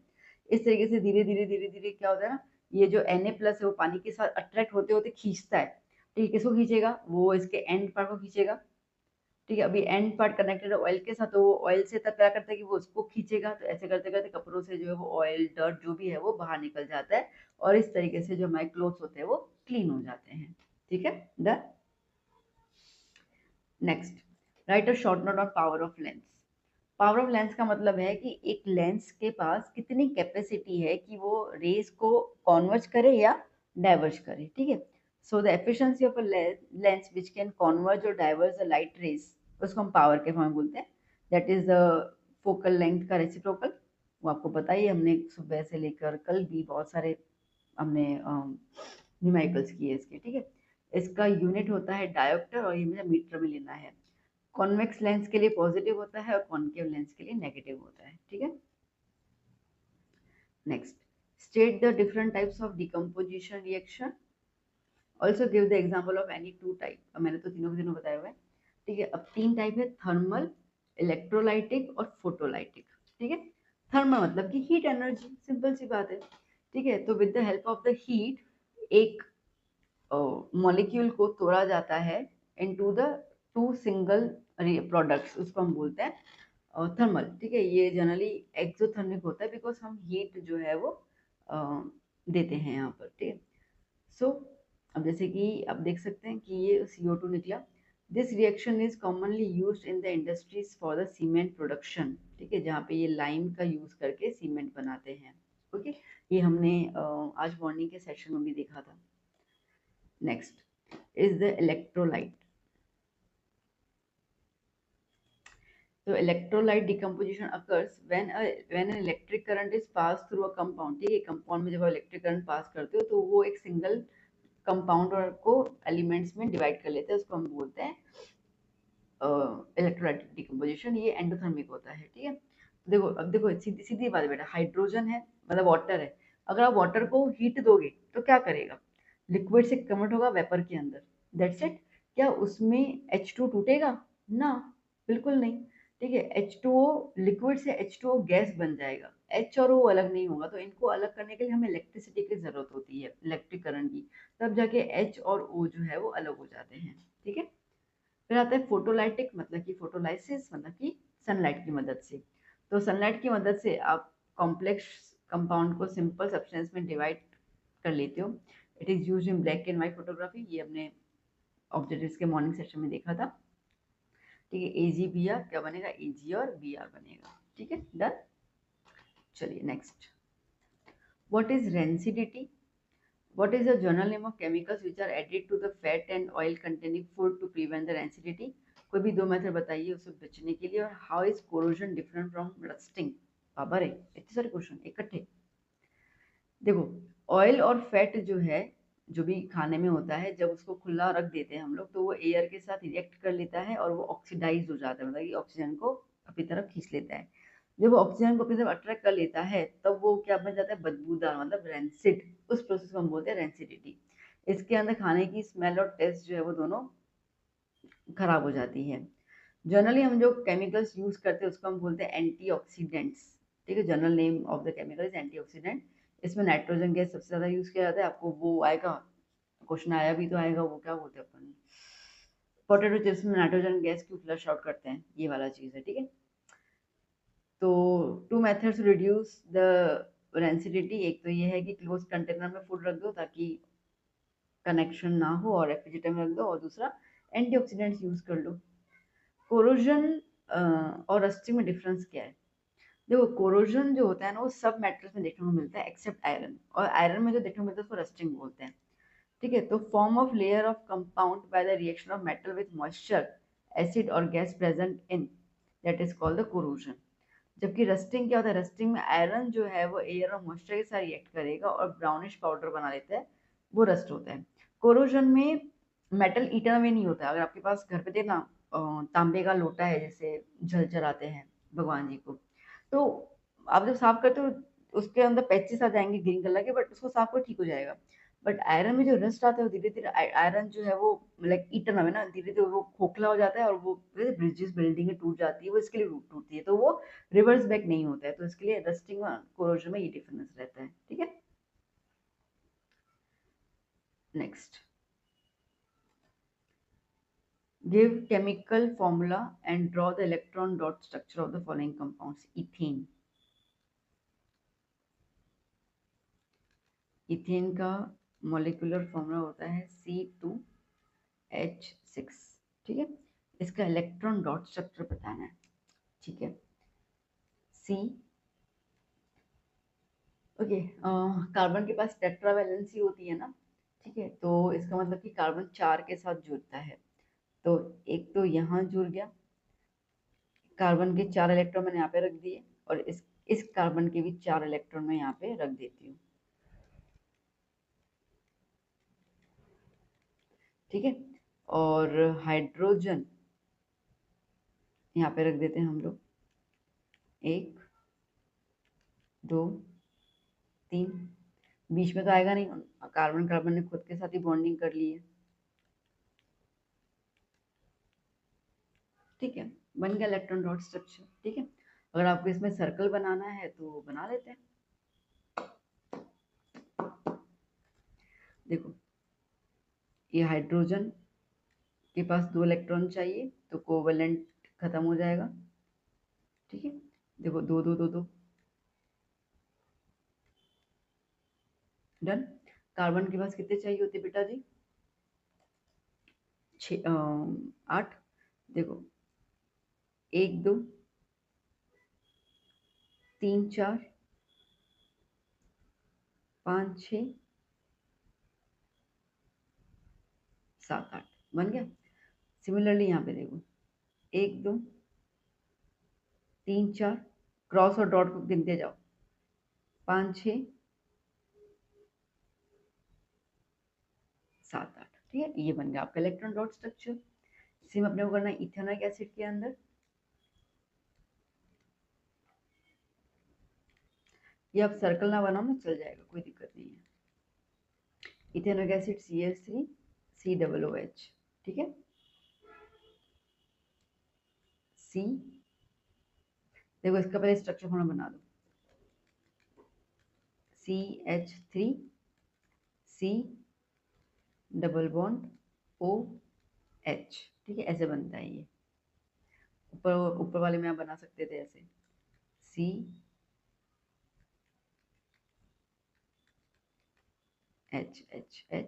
ठीक है, इन शॉर्ट ना, जहाँ पे बॉन्ड है, एक बॉन्ड कंटेन 2 इलेक्ट्रॉन्स, वो बॉन्ड हटा दो और 2 इलेक्ट्रॉन लगा दो, सिंपल। तो देखो यहाँ पे और यहाँ पे, ठीक है, ये एक बॉन्ड है दोनों के बीच में, तो मैं इलेक्ट्रॉन लगा दिया। ठीक है, यहाँ पे बॉन्ड है, तो 1 2 3 4 5। अच्छा, पहले तो ये देखो, तो अब ना यहाँ पे क्या किया मैंने, ये हाइड्रोजन का, ठीक है, तो एक एक बॉन्ड में इसका एक और इसका हाइड्रोजन, सॉरी, हाइड्रोजन, हाइड्रोजन। तो ये वाला पोर्शन क्लियर हो गया। ठीक है, अब यहाँ पे देखते हो ये सी, तो ये सी का एक तो आ गया, ये क्या डबल बॉन्ड है, तो ऑक्सीजन का डबल, क्या लिखोगे, ऑक्सीजन, और यहाँ पे इसके साथ एक ऑक्सीजन। ठीक है, और ऑक्सीजन का हाइड्रोजन के साथ एक। ओके, बन गया। अगर ये भी नहीं करना, डायरेक्टली आपको OH लिखना है, वैसे लिख दो, कोई दिक्कत नहीं है।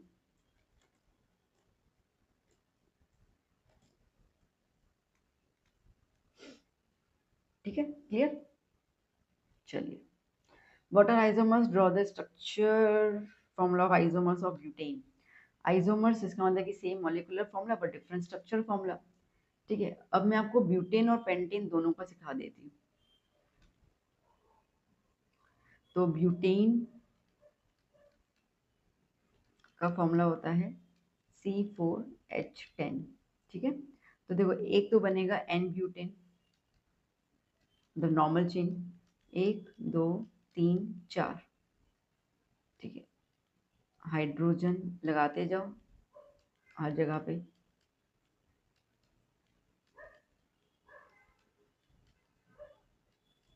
देखो 10 हाइड्रोजन हो गए, 1 2 3 4 5 6 7 8 9 10। ठीक है, ये हो गया N ब्यूटेन।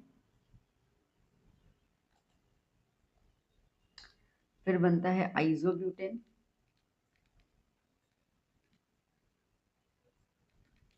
आइसोब्यूटेन ब्यूटेन में क्या होता है कि वैसे अपन ने यहाँ पे 4 कार्बन सीधे में रखे थे ना, अब 3 रखेंगे और एक को नीचे उतार देंगे। ठीक है, उसको हम बोलते हैं, और नीचे बीच में उतारना, साइड में नहीं उतारना, फिर गलती कर लोगे। और बस अभी बनाते जाओ हाइड्रोजन की माया, 1 2 3। ठीक है, इसके बाद देखो ये सी के पास ऑलरेडी 1 2 3 है, 3 डायरेक्शन क्लियर है, एक चौथा डायरेक्शन बाकी है। इसके पास 1 2 3। ठीक है, डन, 2 बन गए इसके आइसोमर्स। सेम पेंटेन की बना लेते हैं, इनकेस एग्जाम में पेंटेन का जरा को आना चाहिए ना।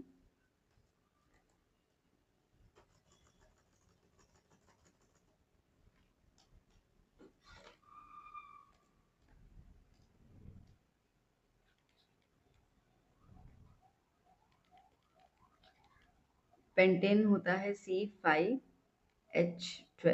ठीक है, अब देखो एक तो रहेगा नॉर्मल पेंटेन,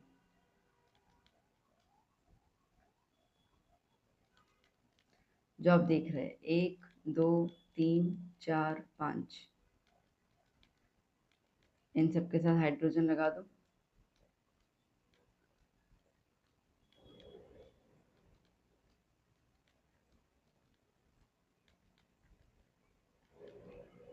ठीक है। एक रहेगा आइसोपेंटेन,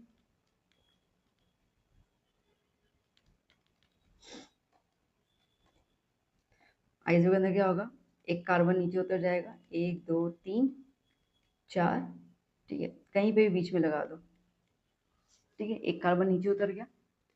चलो, तो यहाँ पे कितने हाइड्रोजन आ जाएंगे, 1 2 3। देखो ये सी जो है वो 3 हिस्सों से गिरा हुआ है, 1 2 3, तो खाली एक ही चाहिए ना, टेट्रा वैलेंसी ऑफ कार्बन। इसके पास 1 और 2, इसके पास 1 और 2, ये सी के पास भी 1 2 और 3, ठीक है। अब इसमें एक और बनता है, क्या क्या मैम, क्या, नियोपेंटीन, ठीक है। नियो में क्या होता है, 3 सी ऊपर रखते हैं 5 में से, और 2 एक सी के ऊपर नीचे आ जाता है, ठीक है। बाकी आपको हाइड्रोजन लगाना है इसके अंदर।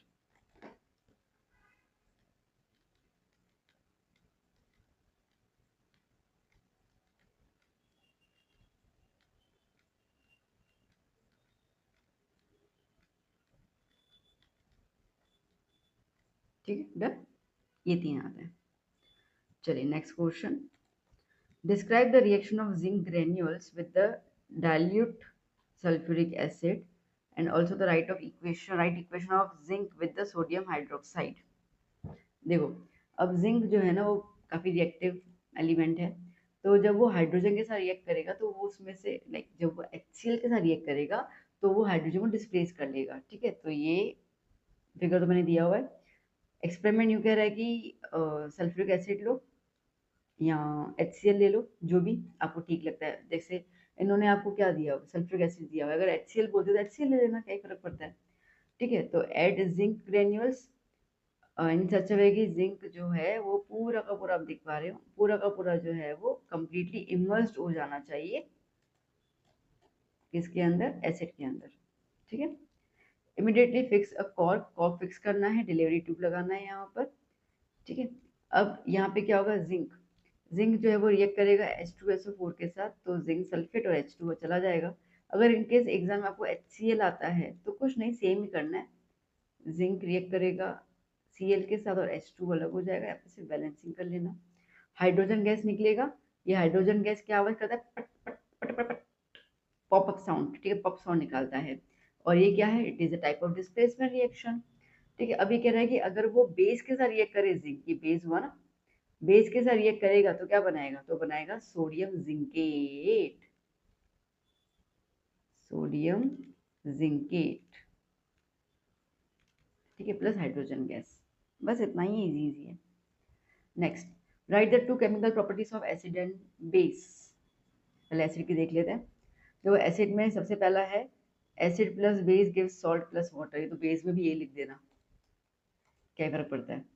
जैसे कि HCl ले लिया और उसके साथ आपने NaOH ले लिया, तो क्या मिल जाएगा, वाटर को अलग कर दो तो क्या मिल गया, Na और Cl बच गया, तो NaCl, ठीक है। दूसरा है कि एसिड प्लस मेटल कार्बोनेट या metal hydrogen carbonate gives salt, water और कार्बन डाइऑक्साइड। ये ना याद कर लेना, जब भी कोई एलिमेंट कार्बोनेट कंटेन करता है तो कार्बन डाइऑक्साइड निकलेगा ही निकलेगा। तो जैसे कि HCl Na2CO3 रिएक्ट कर रहा है, तो Na और Cl मिल जाएगा, NaCl, पानी निकल रहा है और साथ साथ CO2 निकलेगा, ठीक है। बैलेंसिंग बैलेंसिंग कर लेना यहाँ पर, डन। सेम बेस के, अब बेस के साथ क्या आ रहा है, base plus non metal oxide give salt plus water, base plus non metal oxide, NaOH, non metal oxide ले लो, नॉन मेटल ऑक्साइड CO2 ले लेते हैं, क्या मिलेगा, Na2CO3 बन जाएगा, प्लस वाटर H2O, ठीक है, बैलेंस कर लेना। और strong base react with metal, अगर स्ट्रॉन्ग बेस NaOH रिएक्ट करेगा मेटल के साथ, तो अभी अभी हमने देखा सोडियम जिंकेट, ठीक है, ये आपकी बुक में ना दो ही है, एक एल्यूमिनेट है और ये जिंकेट है, ये वाला, इसको लर्न ही कर लो भाई, कुछ और करने की जरूरत नहीं है। Na2ZnO2, सिंपल, और हाइड्रोजन गैस निकलेगा। ठीक है, डन। तो ये दो केमिकल प्रॉपर्टीज।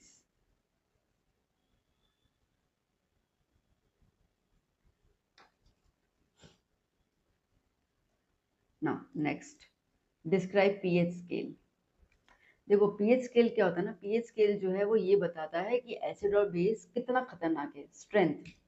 जैसे कि नींबू में भी एसिड है, टमाटर में भी है, ठीक है, इमली में भी है, HCl भी एसिड है। तो इन सब एसिड्स में डिफरेंस क्या है, तो उनमें डिफरेंस है उसकी एसिडिटी, कौन कितना ज्यादा स्ट्रॉन्ग एसिड है ना। तो पीएच स्केल जो है वो बताता है हम लोगों को एसिडिटी की strength. The strength of acid और base depends upon the hydrogen ion, कितने हाइड्रोजन आयन अवेलेबल है।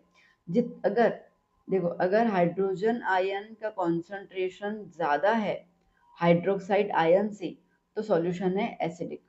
क्या बोला मैंने, क्या बोला मैंने, क्या बोला मैंने? अरे आजा बेटा। मैंने सिंपल शब्दों में ये बोला, अगर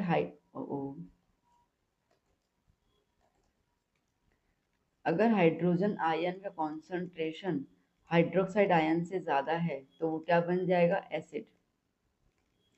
और अगर हाइड्रोजन आयन का कॉन्सेंट्रेशन OH माइनस आयन से कम है तो क्या बनेगा, बेस। सिंपल, तो पहले में तो इतना ही है। और अगर दोनों का कॉन्सेंट्रेशन एक समान है तो क्या बनेगा, न्यूट्रल। ठीक है, एसिड जो है वो होता है 0 to 7 की रेंज में, बेस जो है वो 7 to 14 की रेंज में, और ये होता है एग्जैक्ट 7 की रेंज में। तो इसका मतलब कि पीएच स्केल का जो रेंज होता है वो 0 to 14 का होता है। ठीक है, डन, बस उतना ही दिया हुआ है।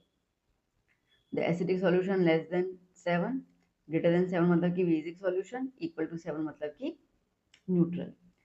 पीएच स्केल में जो पी है that stand for the potence, potence मतलब कि पावर। ठीक है, हाइड्रोजन पावर कितना है, कितना हाइड्रोजन अवेलेबल है, तो that is called the power of hydrogen.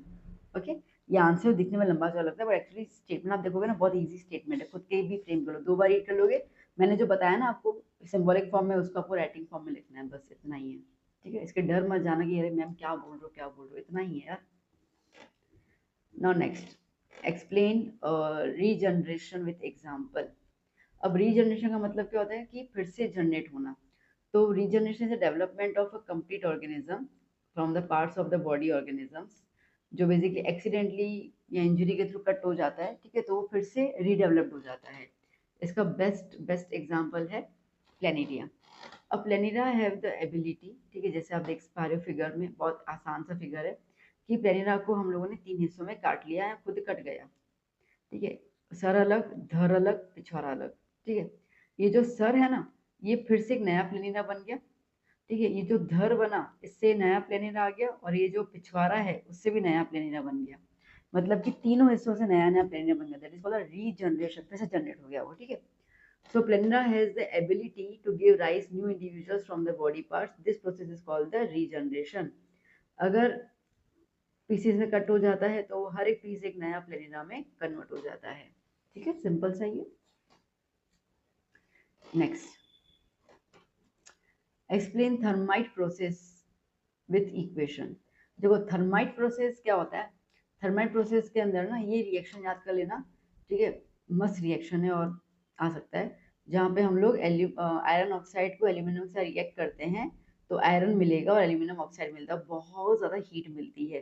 ठीक है, ये हीट इतनी ज़्यादा होती है ना कि हम लोग इस हीट को रेलवे ट्रैक्स को ज्वाइन करने में या वेल्डिंग करने में काम करते हैं। ठीक है, तो that process is the thermite process. ये एक एक्सोथर्मिक रिएक्शन होता है। ठीक है, चलिए next, draw the structures of bromopentane, butanone, hexanol और इथीन। ब्रोमोपेंटेन, पेंटेन मतलब देखो पेंटेन, पेन मतलब 5 कार्बन, और टेन मतलब कि सिंगल बॉन्ड, 1 2 3 4 5, और ब्रोमो है तो बिया लगा दिया, बस हो गया। CH3, CH2, CH2, CH2, CH2। ठीक है, अब मैंने ये ऐसे किया ना, आप ऐसे भी कर सकते हो ना। अब ठीक है, चलो 1 2 3 4 5, बस सबके साथ लगाते जाओ एच एच एच, खाली जगह पूरो, ऐसा बात है यहाँ पर। ये सी का अगल बगल तो पूरा हुआ है, नॉर्थ और साउथ बाकी है। ये भी सी का ईस्ट वेस्ट कंप्लीट है, नॉर्थ और साउथ बाकी है। ठीक है, डन। फिर दूसरा है ब्यूटेनॉन। मैंने स्पेस वाली कम छोड़ी है, जैसे कि मेरी राइटिंग बहुत छोटी है।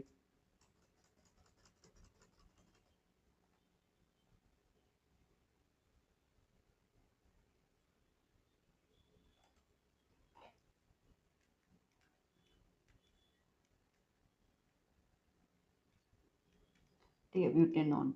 अब देखो, ब्यूट मतलब 4 कार्बन, 1 2 3 4। ठीक है, नॉन आया, नॉन मतलब कि कीटोन ग्रुप। कीटोन ग्रुप का फॉर्मूला क्या होता है, सीओ, तो कहीं पे भी सीओ लगा दो, दैट्स इट। अब खाली जगह भरते जाओ, ये 3 खाली जगह, ये सी के साथ,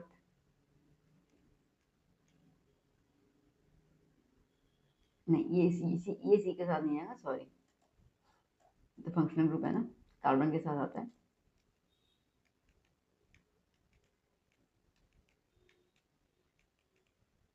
ठीक है, फिर है हेक्सेनाल, नाल नाल।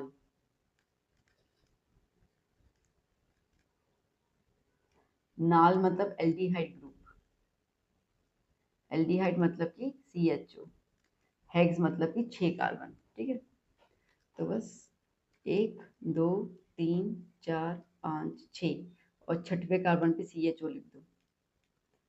चलो, अब मैं ऐसे लिख दूं, चलेगा ना, समझ गए ना वो कैसे आप ऊपर नीचे करते हो। ठीक है,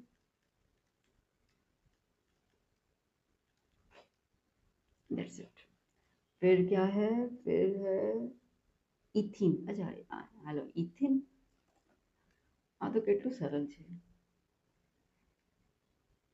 इथिन मतलब कि 2 कार्बन, इन आया मतलब डबल बॉन्ड, तो दो तो जुड़ गए, बाकी 2 की जगह खाली रह गई। ठीक है, तो अब ऐसे लिख सकते हो, H2 double bond CH2। Sorry, थोड़ा थक गई मैं। चलिए next, draw a labelled diagram of human I and explain the working of each part. अब ह्यूमन आई में कौन कौन से पार्ट्स है वो देख लेते हैं। कॉर्निया, ठीक है, कॉर्निया एक ट्रांसपेरेंट मीडियम है, मेम्ब्रेन है, जो लाइट को अंदर एंटर करने देता है। फिर आता है इरिस, जो कंट्रोल करता है साइज ऑफ प्यूपिल को। प्यूपिल जो लाइट को एंटर करता है, आई से पास होने देता है। लेंस, ठीक है, जो फोकल लेंथ एडजस्ट करता है, we can see the different things easily without any blur. Ciliary muscles जो focal length of the lens को चेंज करता है।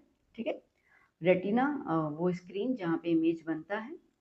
ऑप्टिक नर्व जो इलेक्ट्रिक सिग्नल्स के थ्रू रेटिना से मैसेज को ब्रेन के पास पहुंचाता है। ओके, और ये फिगर डन। ओके, चलिए next, what are trophic levels? Give the example of a food chain and state the different trophic levels in it. ठीक है, तो basically food chain is a simple way. ठीक है, एक food chain जो होता है एक सिंपल लीनियर बात होता है, जहाँ पे एनर्जी और मटेरियल जो है वो from one species to different species pass होते जाते हैं। ठीक है, तो बेसिकली एनर्जी और material flow from producer to consumers. And यहाँ पे अगर हम एग्जांपल देखते हैं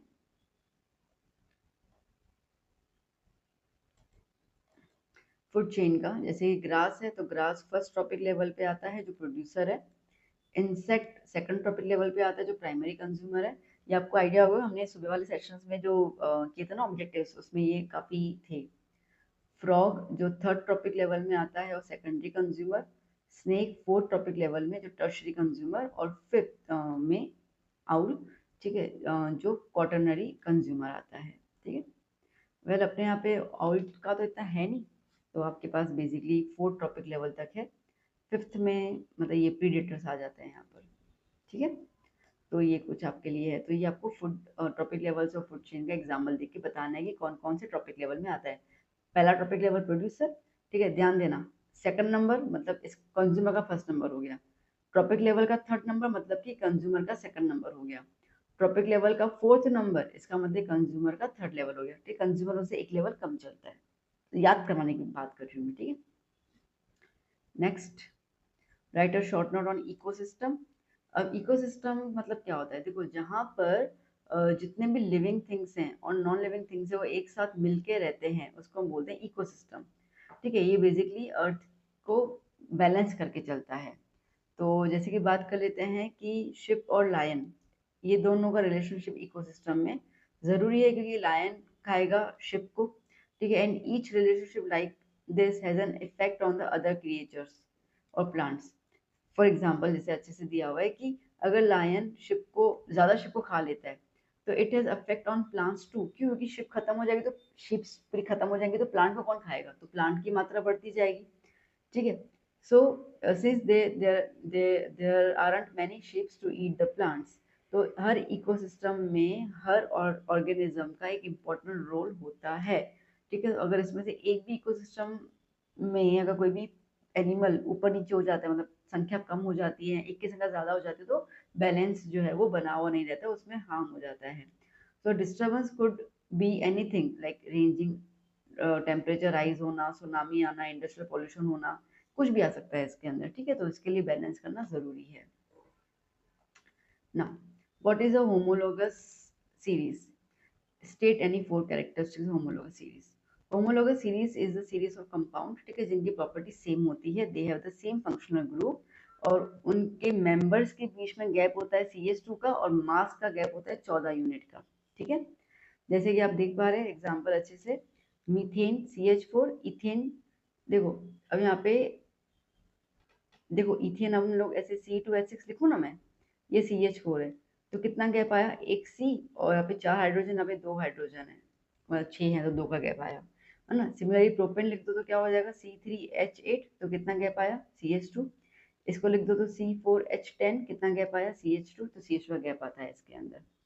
कैरेक्टरिस्टिक्स क्या है? सब मेंबर्स में एक ही जनरल फॉर्मूला लगती है, नो डाउट। ठीक है, सारे के सारे जो है वो एक ही मेथड से प्रिपेयर किए जा सकते हैं। फिजिकल प्रॉपर्टीज चेंज होती है बिकॉज हाइड्रोजन और कार्बन का संख्या बढ़ती जाती है, तो मेल्टिंग और बॉइलिंग पॉइंट में डिफरेंस आता है।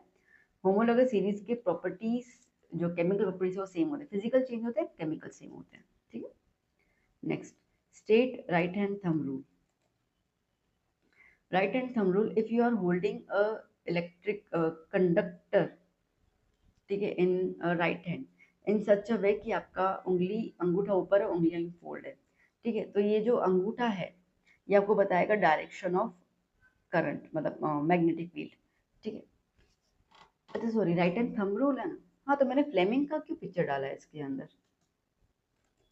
मैं कंफ्यूज हो गई, मैं क्या किया मैंने? अच्छा सॉरी, ये पिक्चर गलत है, ये फ्लेमिंग का पिक्चर डाल दिया मैंने भूल से।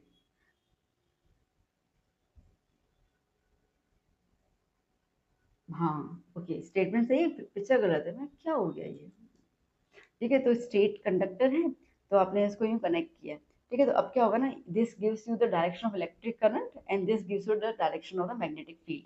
तो अगर इलेक्ट्रिक करंट यूं है, ऊपर की तरफ जा रहा है, नीचे से ऊपर की तरफ, तो मैग्नेटिक फील्ड इस तरीके से रैप हो जाएगी। ठीक है, अगर ये नीचे की तरफ जा रहा है तो मैग्नेटिक फील्ड इस तरीके से। तो fingers indicate the direction of magnetic field and thumb indicate the direction of electric current. ठीक है, ये आता है राइट हैंड थंब रूल में। Okay, next, write the names of the following compounds. चलो, सी कितनी बार है? एक, दो, तीन, चार, और थर्ड नंबर पे बी आर कनेक्टेड है। ठीक है, नहीं तो यहाँ से काउंट करना है, सॉरी, जहाँ से ब्रांच होता है वहां से काउंट करते हैं। तो एक, दो, तीन, चार, तो ब्यूटेन, और यहाँ पे ब्रोमाइन, बी आर है, ब्रोमो किस पे है? दो पे है, तो क्या लिखेंगे आप लोग? यहाँ पे लिख दो ना, चलेगा ना? क्या लिखेंगे हम लोग? To bromo butane.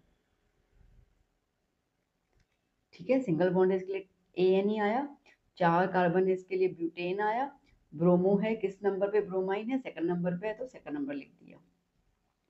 चलो सिमिलरली यहाँ पे लिख देते हैं हम लोग CH3 CH2 CH2 CH3।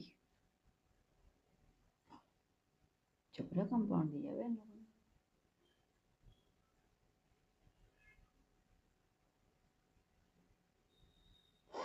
कितना है 1 2 3 4 5, ठीक है। तो यहाँ पे 5 मतलब पेंट, ओके। अब OH है तो ओल आया, ये ओल किस नंबर पे, तीसरे नंबर पे OH है तो पेंट 3 ओल, ओके। पेंटेनॉल आता है ना, तो पेंटेनॉल। रुको मैं स्पेलिंग फिर से लिखूं,